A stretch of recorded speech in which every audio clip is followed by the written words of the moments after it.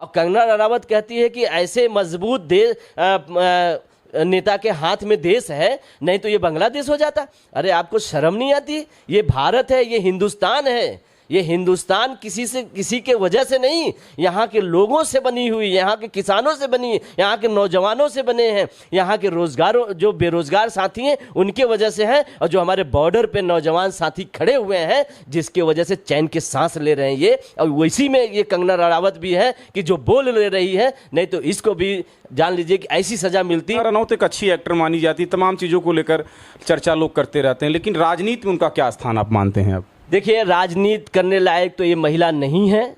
इस महिला को राजनीति तो एक पैसे की नहीं आती, क्योंकि देखिए राजनीति ये होता है कि जनता से चुना हुआ जो जनप्रतिनिधि होता है उसके अंदर एक उदार होता है, एक उनके प्रतिभाव होता है, उनके सुख दुख को समझने की एक अपने पास दिल और दिमाग होता है, मगर इस महिला के अंदर वो नहीं है। और रही बात कंगना रनावत, ये फिल्मी एक्टर तो है, मगर आप इनके फिल्म उठा लीजिए कि कहीं पे भी इनको नशे में, कोठे वाली, कहने बहुत ऐसे पिक्चरें बनी हैं जिसमें बाई का काम की है, कोठे वाली बनी हुई है, शराबी बनी हुई है। और एक डांस इसका बहुत वायरल होता है कि विदेशी के साथ वाइन्स पी के जो है और ऐसे कपड़े पहन के नाच रही है। शायद हमें नहीं लगता कि राजनीतिक चरित्र में ऐसी महिलाओं को एंट्री होनी चाहिए।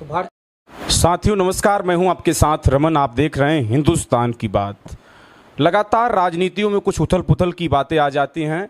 हालांकि जिस तरह से कंगना रनौत ने अपना बयान दिया है यह चर्चा का विषय बना हुआ है। उन्होंने जिस तरह से किसानों को बेइज्जत करने का काम किया है, उनके ऊपर तो मुकदमा कर देना चाहिए।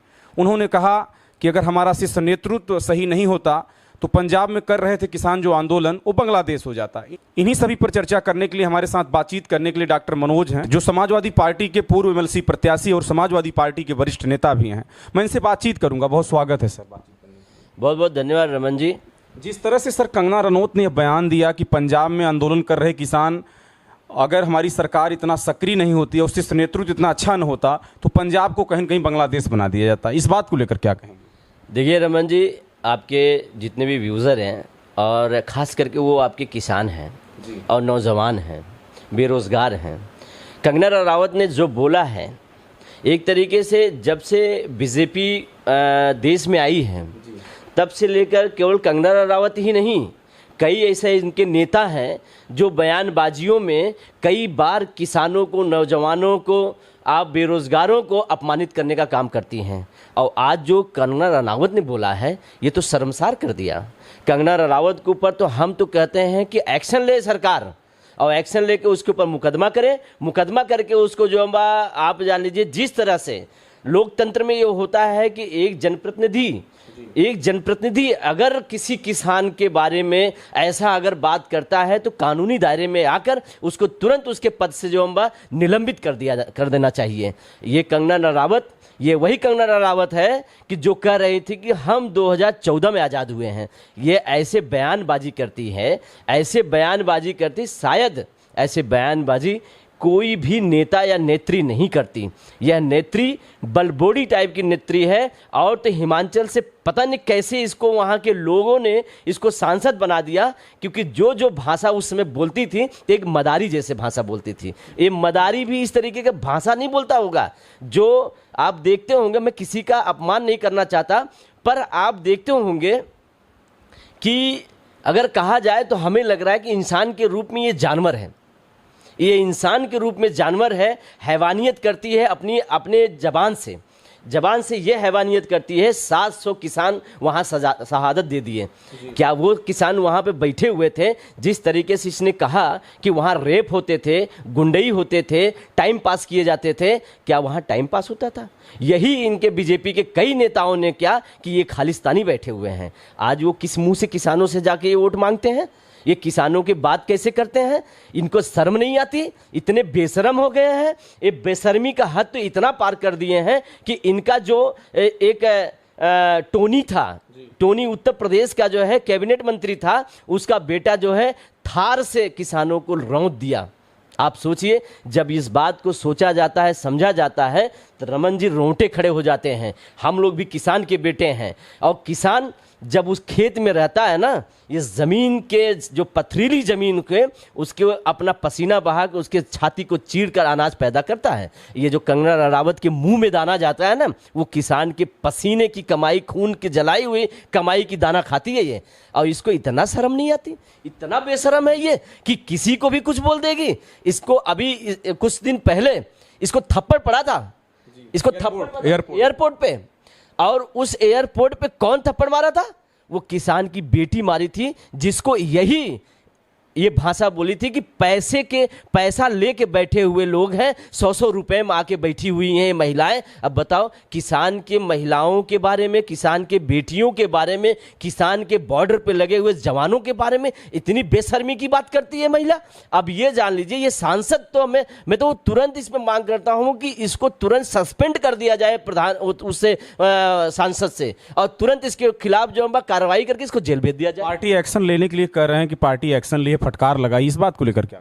देखिए, पार्टी का दो मुआ चरित्र है। एक्शन लेना होता है, इनके बहुत ऐसे नेता हैं जो किसानों, नौजवानों और बेरोजगारों के बारे में इतना गंदा गंदा शब्द बोले। ये एक्शन नहीं, जब से के आए हुए हैं इनकी पार्टी बदल गई है। ये 2014 से जब से ये बीजेपी की गवर्नमेंट बनी हुई है, मतलब भाषाएं तो लाद दिए हैं लोग, लान इतना दिए हैं कि क्या किसको बोल देंगे, किस नेता को बोल देंगे, किस जवान के बारे में बोल देंगे, किस किसान के बारे में बोल देंगे, किस बेरोजगार साथी के बारे में बोल देंगे। इनके अंदर चरित्र जो है इनका बड़ा घिनौना चरित्र हो गया है। अब आप जान लीजिए, बांग्लादेश की बात करती है। बांग्लादेश अगर ऐसे ही रह गया तो बांग्लादेश निश्चित रूप से होने जा रहा है। वहां की प्रधानमंत्री भाग के, तो शेख हसीना भाग के चली आई, इंडिया में शरण ली है, मगर इनको भागने को शरण कहीं नहीं मिलेगा। अगर ये ऐसे रह गए नेता इनके, तो ये देश जिस दिन जग जाएगा रमन जी, उस दिन इनका जो है पतन भी होगा और पता नहीं चलेगा कि कहां पे है। बांग्लादेश में शेख हसीना ने नौजवान छात्रों के साथ अन्याय किया था और वहां के लोगों के साथ अन्याय किया था। जो जवान आज पढ़ाई लिखाई करके अपनी रोजी रोटी के लिए परेशान है, 10 साल तक जिसको नौकरी नहीं दोगे तो कितना बर्दाश्त करेगा रमन जी? बर्दाश्त करने की क्षमता भी होती है। और कंगना रनावत कहती है कि ऐसे मजबूत नेता के हाथ में देश है, नहीं तो ये बांग्लादेश हो जाता। अरे आपको शर्म नहीं आती? ये भारत है, ये हिंदुस्तान है। ये हिंदुस्तान किसी के वजह से नहीं, यहाँ के लोगों से बनी हुई, यहाँ के किसानों से बनी, यहाँ के नौजवानों से बने हैं, यहाँ के रोजगारों, जो बेरोजगार साथी हैं उनके वजह से है, और जो हमारे बॉर्डर पे नौजवान साथी खड़े हुए हैं जिसके वजह से चैन के सांस ले रहे हैं ये। और वैसी में ये कंगना रनावत भी है कि जो बोल ले रही है, नहीं तो इसको भी जान लीजिए कि ऐसी सजा मिलती, यहाँ भारत के ही लोग सजा देते कि शायद वो कभी भी देखने को इतिहास में नहीं मिलता। चलिए अगला सवाल सर, कंगना रनौत एक अच्छी एक्टर मानी जाती है, तमाम चीज़ों को लेकर चर्चा लोग करते रहते हैं, लेकिन राजनीति में उनका क्या स्थान आप मानते हैं? अब देखिए, राजनीति करने लायक तो ये महिला नहीं है। इस महिला को राजनीति तो एक पैसे की नहीं आती, क्योंकि देखिए राजनीति ये होता है कि जनता से चुना हुआ जो जनप्रतिनिधि होता है उसके अंदर एक उदार होता है, एक उनके प्रतिभाव होता है, उनके सुख दुख को समझने की एक अपने पास दिल और दिमाग होता है, मगर इस महिला के अंदर वो नहीं है। और रही बात कंगना रनावत, ये फिल्मी एक्टर तो है, मगर आप इनके फिल्म उठा लीजिए कि कहीं पे भी इनको नशे में, कोठे वाली, कहने बहुत ऐसे पिक्चरें बनी हैं जिसमें बाई का काम की है, कोठे वाली बनी हुई है, शराबी बनी हुई है। और एक डांस इसका बहुत वायरल होता है कि विदेशी के साथ वाइन्स पी के जो है और ऐसे कपड़े पहन के नाच रही है। शायद हमें नहीं लगता कि राजनीतिक चरित्र में ऐसी महिलाओं को एंट्री होनी चाहिए। तो भारतीय जनता पार्टी तो साफ लोगों को लेती है, लोग कहते हैं, ऐसे लोगों को फिर क्यों रखी है? भारतीय जनता पार्टी में साफ लोग नहीं, जितने भी कुकर्मी हैं ये सब भारतीय जनता पार्टी में जाके पार्टी में सांसद और विधायक बन जाते हैं।